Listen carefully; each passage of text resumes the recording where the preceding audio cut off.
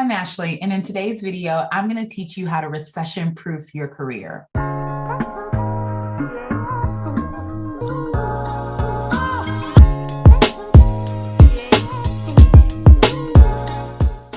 I am the CEO and founder of Mentor Me, a professional development company for women, where I help women make more money and have more impact in their career.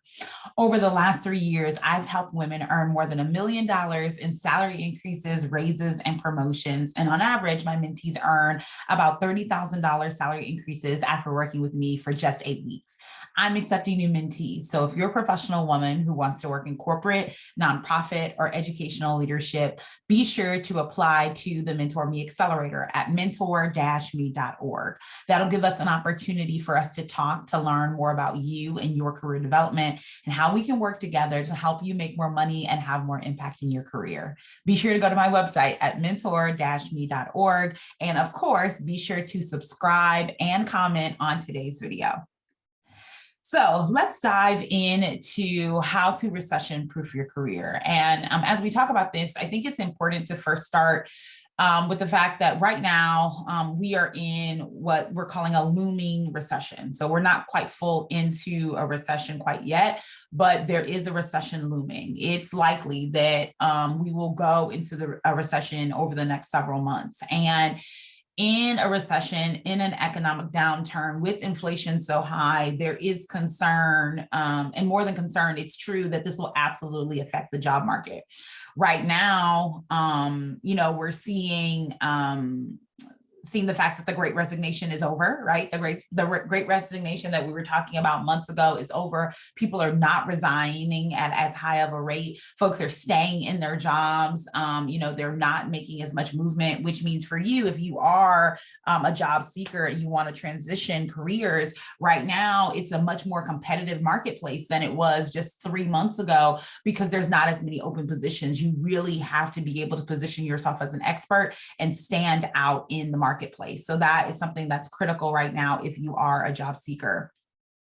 In addition to really being a competitive marketplace, employers are looking for folks who are multi-talented and multi-skilled, right? They're looking for people who have lots of skill sets, who can do various things, and they're willing to pay top dollar for highly skilled professionals, but it does really require a high level of skill, a high level of knowledge, a high level of training to find and secure the highest paying roles. And what's true is that many of you have those skills, the knowledge, the talent, the expertise that you already have is actually worth more than you're currently being paid right now. But the gap is that you're often not able to well articulate your value to your employer or to a new employer. So the key to recession-proofing your career is your ability to articulate your skill level, to articulate your skills at the highest level.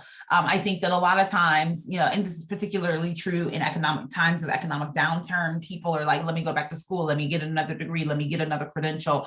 I mean, a bad economy is actually very great for the education sector because people are likely to return to, a university institution to get another credential because there's this panic, right, that people feel when that happens. But I invite you to be a little bit more savvy, right? Like if you're following me on the internet, you're looking for strategies that are going to help you be more strategic, more intentional, more savvy with your time and money, particularly when it comes to advancing your career. So the savvy thing to do is to learn how to leverage your existing expertise to make more money. Instead of going to get another degree, to get another credential, to get another certification, I invite you to really learn how to speak to your existing expertise in a way that's actually going to make your current employer take notice.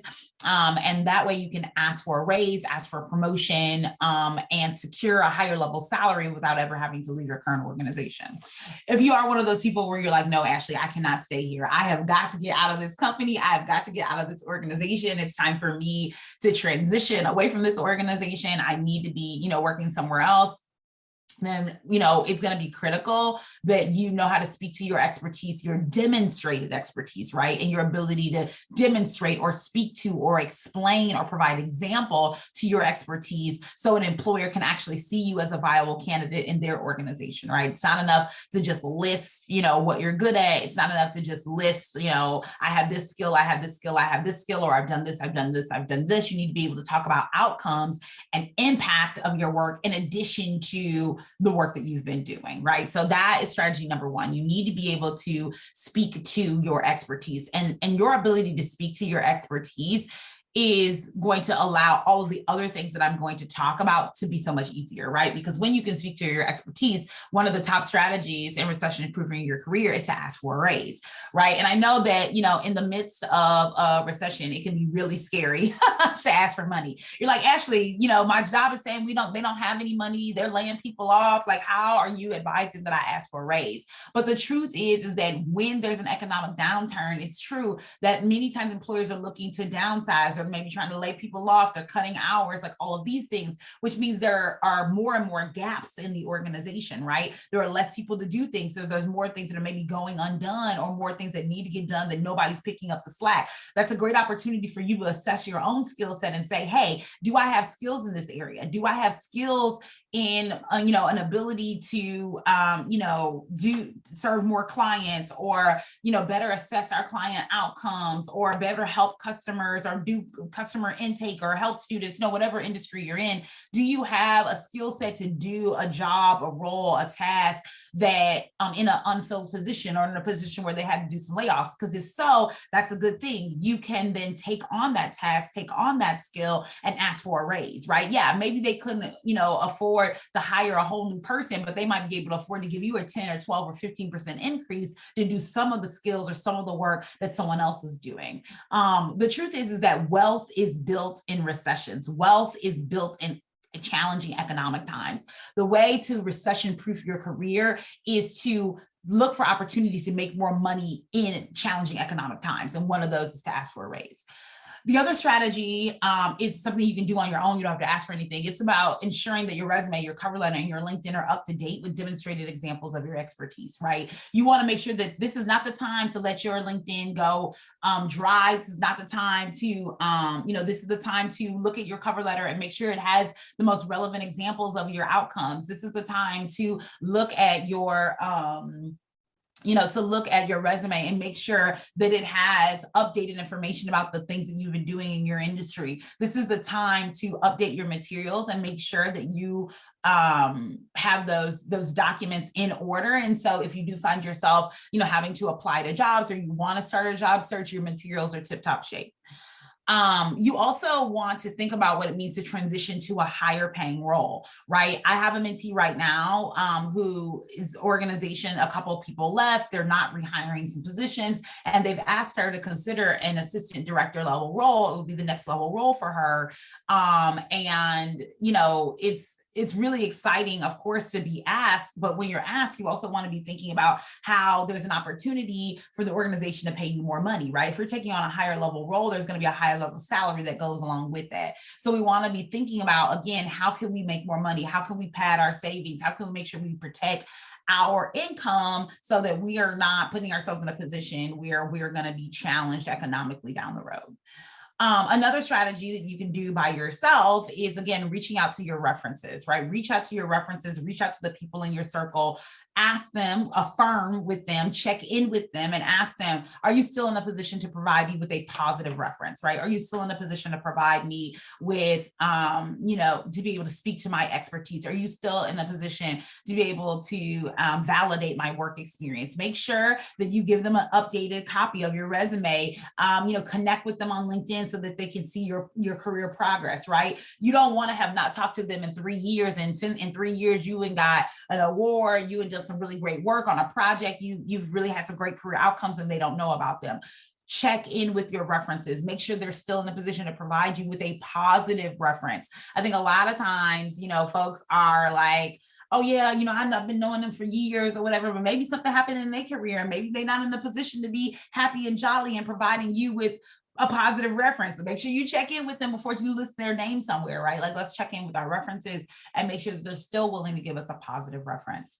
Another strategy is, and we talked about this earlier, but just to reiterate, to really look for key gaps in organization and skill set and see if you can fill them. Of course, you want to ask for additional compensation for that. You should not be, out here grinding. This is not the time to do all of the work and see none of the results. This is not the time for that. We want to make sure that we're being paid appropriately, right, for the work that we're doing. However, there likely will be gaps in your organization as this looming recession is happening. There will be things that go undone. There will be, grants or, maybe positions that can't be refilled, grants that aren't going to get renewed. There are going to be things that need to be done. And if you have a skill set to do them, you want to be able to articulate that skill set, speak to your supervisor, your leader, your organization's HR, and ask for additional compensation to fill the gaps. Because it's always easier, ding, ding, ding, ding, ding. It's always easier to pay an existing employee more money to do something than it is to hire someone else, right? So